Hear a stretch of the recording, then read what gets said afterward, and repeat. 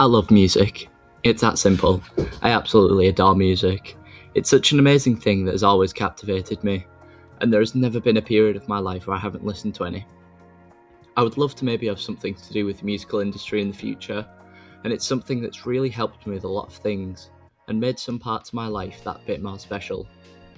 My taste has evolved over the years, and music has become such a significant part of my life. Today, I'd like to go over some albums, artists/bands, and songs that are really close to me, and my general thoughts on music.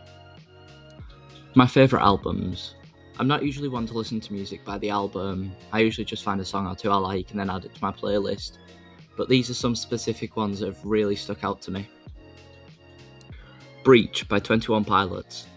I'd listened to one of two of their songs before, but a friend got me into their stuff this year, and we listened to Breach together when it came out. Every song on the album is an absolute banger. Genuinely, I think I may even rate it as an extremely rare 10 out of 10. Amazing album, would 100% recommend. Skids by Rare Americans. My top album on Spotify this year. Amazing album, an even better film. Rare Americans my favourite band at the moment, and I'd really recommend you listen to their stuff. If anything, watch the film. It was amazingly put together, had some great imagery, all the songs were fun listens, and it covered some really deep topics. Importantly, if you do watch it, please check the trigger warnings before, because there is some content in that film that isn't for everyone. In the End by Poor Man's Poison. A very short one, only 5 songs, 2 being the short intro and outro, but I really like it. The songs sound great, and the narrative they each tell are even better. Poor Man's Poison are one of my all-time top bands, and I encourage that you try some more of their singles like Feed the Machine or Hell's Coming With Me, and other albums like Providence. The Arcane official soundtrack. Arcane, what a show. I'm gonna be honest, I still need to finish it, but from the bulk of the series that I've watched, it's amazing, and the soundtrack is a strong contributor towards that. Every song has its place, and every song hits different. Definitely one of my all-time favourite scores to a series or film, which I know for certain a close friend of mine will definitely agree with.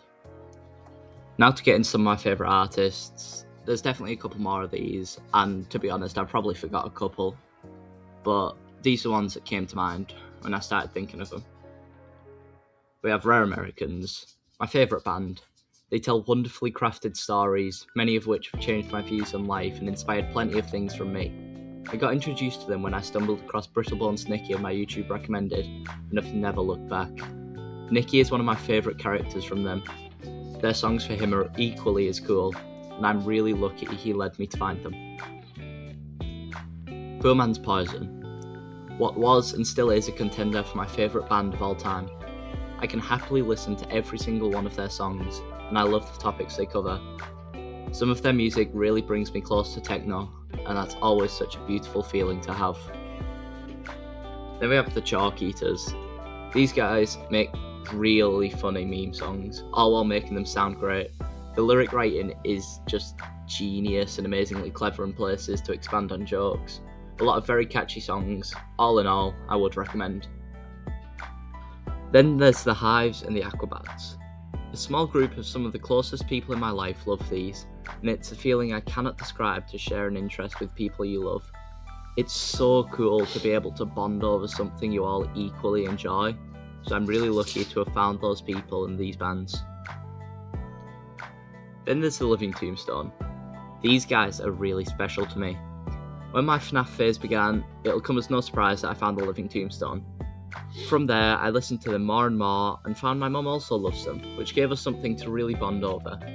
On top of that, I later found out that a friend at school also listened to them, which made our friendship much stronger. Seether, Fall Out Boy, and Rise Against. All these guys make great music, and I'm lucky enough to have people in my family that also listen to them, giving me an opportunity to chat about great music. Then we have Avicii, a classic. I've loved his stuff since I was but a small bean. He was always someone I wanted to see live. Sadly, I won't be able to live that dream, but I can still enjoy his wonderful creations.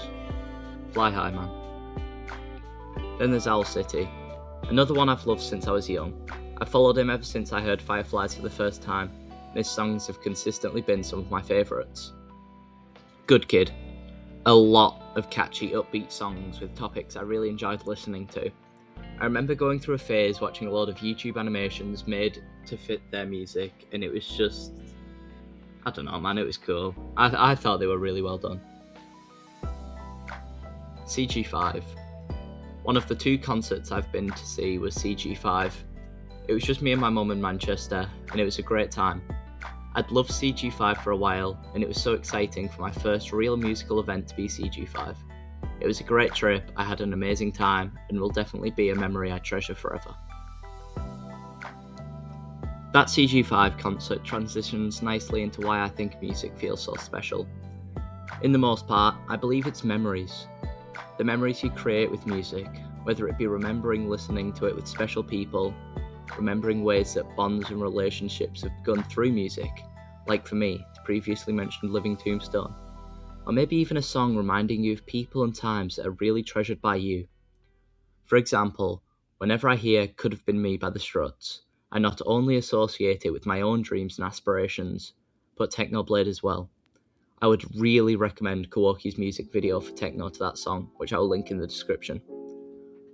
Because of this, Could Have Been Me is one of, if not my favourite song of all time.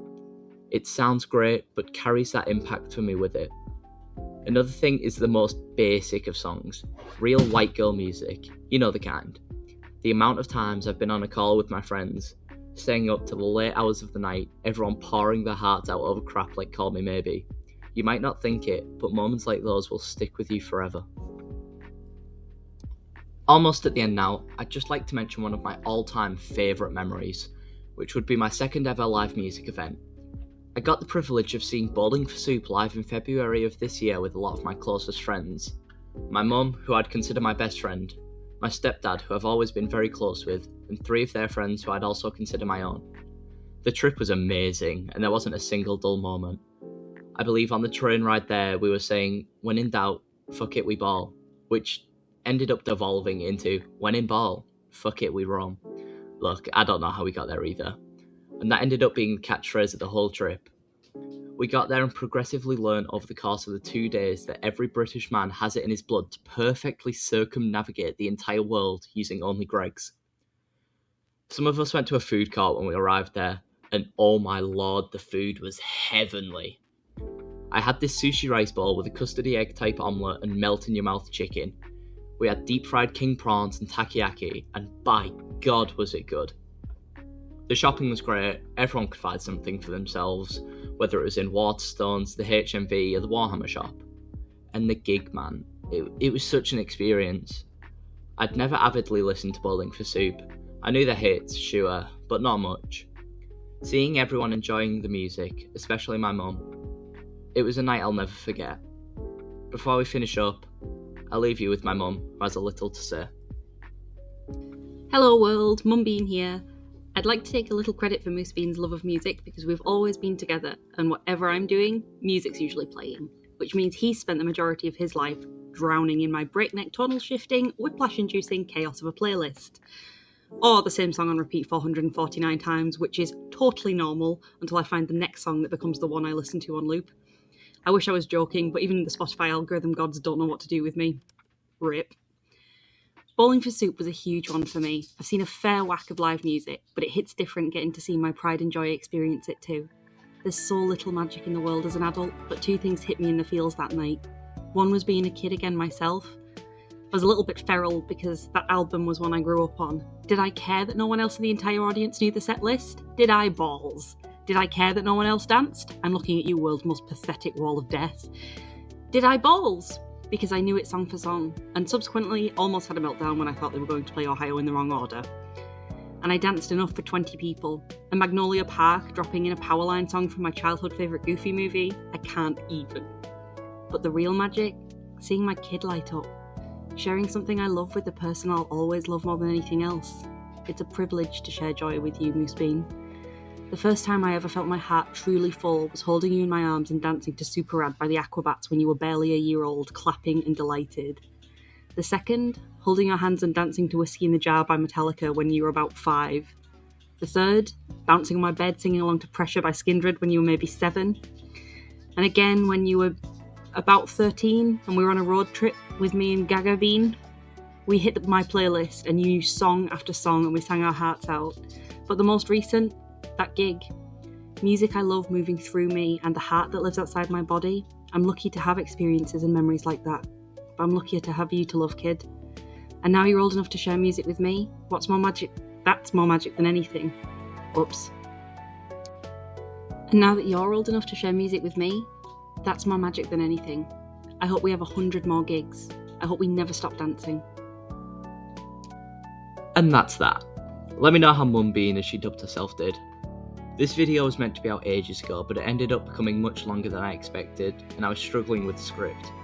I will get onto my 50 game grind as soon as possible, and I'd like to finish up with saying, Happy New Year! Here's to a great one to everyone watching this.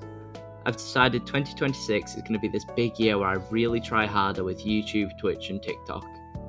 So why don't you set your own goal to work on alongside mine of content creation? That's all from me for now. I'll see you after I beat Dispatch.